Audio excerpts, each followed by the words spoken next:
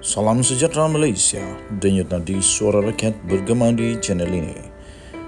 Jangan lupa tekan butang subscribe, like dan share. Malaysia kita punya, cintai Malaysiaku, kita jaga kita.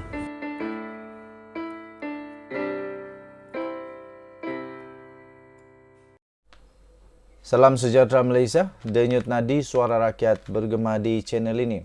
Tuan-tuan dan puan-puan yang dihormati sekalian, memang salah satu perkara yang boleh menjadi kayu pengukur untuk keberhasilan Datuk Seri Anwar Ibrahim sebagai Perdana Menteri pasti akan menjadi satu keberhasilan yang luar biasa, diingat sepanjang zaman, dan pasti akan jadi legend kalau Datuk Seri Anwar Ibrahim dapat mengalahkan semua Perdana Menteri sebelum ini, yaitu berjaya membawa Jolo pulang. Ia akan jadi kejayaan terbesar Anwar jika itu menjadi kenyataan. Apa? Jolo akan dibawa pulang ke Malaysia? Kerajaan dikatakan sedang mengadakan rundingan dengan Beijing untuk mengekstradisi ahli perniagaan dalam buruan yang dianggap sebagai dalang utama di dalam skandal 1MDB, iaitu Loh Teck Joe atau Jolo yang dikatakan bersembunyi di negara tersebut. Menurut penulis bersama buku Billion Dollar Whale, iaitu Bradley Hope, perundingan tersebut hangat diperdebatkan susulan kunjungan Perdana Menteri Datuk Seri Anwar Ibrahim ke China bulan lalu. Katanya ini sangat besar, mendebarkan dan tanda pengakhiran jalan cerita utama dalam skandal 1MDB. Bermula diasaskan pada 2009 sehingga runtuh dalam skandal pada 2015 dan semua kegilaan berparti dan perbelanjaannya sehingga 2023. Katanya dalam laman sesawang yang didedikasikan menjejak ahli perniagaan Pulau Pinang itu yang dikenali sebagai Jolo. Hope berkata rundingan itu membabitkan menyerahkan Jolo kepada Malaysia dan juga untuk membersihkan nama China daripada tuduhan berpakat dengan ahli perniagaan itu untuk menutup penipuan 1MDB. Jika semua ini menjadi kenyataan, pastinya ini bukan saja menjadi satu berita yang besar betul, malah satu kejayaan paling terbesar Datuk Seri Anwar Ibrahim sebagai Perdana Menteri. Artinya, selain berjaya menarik pelaburan berjumlah 170 bilion dalam kunjungan ke China baru-baru ini, Malaysia juga berjaya membawa pulang Jolo adalah satu trofi kejayaan buat Datuk Seri Anwar Ibrahim. Selepas kejatuhan Datuk Seri Najib Razak pada 2018 yang lalu, walaupun ada usaha, cubaan dan cakap berdegar-degar setengah pihak dalam salah satu daripada 3 era pentadbiran negara selepas kejatuhan Barisan Nasional, Tun Mahathir, Mahyadin Mak Yassin, Ismail Sabri Yaakob, semuanya mahu membawa pulang Jolo. Namun semuanya tidak pernah menjadi kenyataan. Dengan itu, cerita yang muncul mengenai skandal 1MDB sentiasa berbeza-beza dan tidak dapat dipastikan mana satu versi yang asli. Bahkan Najib sendiri mendakwa kerajaan ditipu oleh Jolo dalam skandal 1MDB itu. Dalam keadaan cerita yang berbeza-beza itu, yang pasti negara akan terus menanggung hutang akibat skandal tersebut. Meskipun sudah sekian lama yang dihukum dan dipenjara, selain sejumlah aset dirampas dan wang dikembalikan juga. Hanya dengan berjaya membawa Jolo pulang sajalah, semua cerita sebenar akan terungkai kepada kita semua.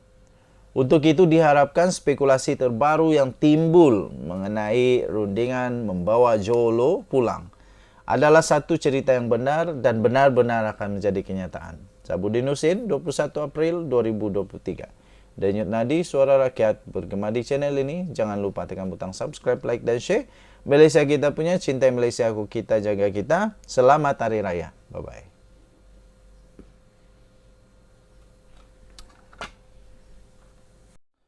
Salam sejahtera Malaysia. Denyut nadi suara rakyat bergema di channel ini. Selamat pagi tuan-tuan dan puan yang dihormati sekalian. Saya ingin ucapkan selamat Hari Raya. Untuk semua rakyat Malaysia yang akan menyambut Hari Raya besok. Ya. Sedarlah diri kerana kita hanya menumpang kasih. Ingatan Tok Mat kepada UMNO. Itulah tajuk yang memang panas, memang agak sedih, sayuh daripada Tok Mat Hassan. Selama ini apabila saya menyebut dalam tulisan saya bahawa UMNO hanya menumpang dalam kerajaan pimpinan Anwar Ibrahim ini, ada beberapa pihak yang marah-marah kepada saya. Kata mereka, istilah menumpang itu tidak wajar digunakan kerana UMNO dan BN adalah komponen penting dalam kerajaan. Malah, kata mereka, tiada istilah menumpang kerajaan. Tiada istilah menumpang kerana kerajaan dibina atas semangat bersama daripada semua parti yang ada. Saya faham semua luahan itu. Cuma apa yang saya tekankan ialah agar UMNO jangan lebih-lebih dalam menuntut itu dan ini di sebalik keberadaannya dalam kerajaan sekarang. Apa juga tuntutan haruslah berpada-pada. Apalagi BN hanya ada 30 kerusi daripada 148 kerusi parlimen yang menyokong kerajaan. Contohnya menuntut pembebasan Najib Razak dan waktu yang sama mengancam bahawa Anwar akan jadi Perdana Menteri paling pendek tempoh perkhidmatannya jika tuntutan itu tidak dipenuhi adalah tidak wajar sama sekali. Lebih-lebih kerana dalam sokongan 30 kerusi daripada UMNO dan BN itu, kerajaan secara realitinya tidak akan tumbang jika mereka menarik diri atas sebab Najib tidak dibebaskan. Nah, sekarang timbalan Presiden UMNO Muhammad Hassan sendiri menyatakan UMNO hanya menumpang kasih dalam kerajaan ini. Kita kena sedar diri dan jangan berperangai seperti ketika kita memerintah dulu, kata beliau. Adakah mereka yang marah-marah dengan saya sebelum ini nak marah pada Tok Mat Hassan kali ini? Ditulis oleh Sahabuddin Hussein, 19 April 2023. Tuan-tuan dan puan-puan yang dihormati sekalian, benar, ada kebenaran apa yang disebut oleh Sahabuddin Hussein dan juga Tok Mat Hassan ini. Ada istilah selalu mengatakan ukur baju badan sendiri. Ada juga istilah yang penting yang mengatakan jangan jadi kacang lupakan kulit. Ya. Sekarang ini tuan-tuan dan puan-puan, boleh juga dilihat pada pendapat saya, boleh juga dilihat sebenarnya UMNO ini hanya diselamatkan oleh beberapa perkara. Barisan Nasional hanya diselamatkan oleh beberapa perkara sahaja. Pertama, kerana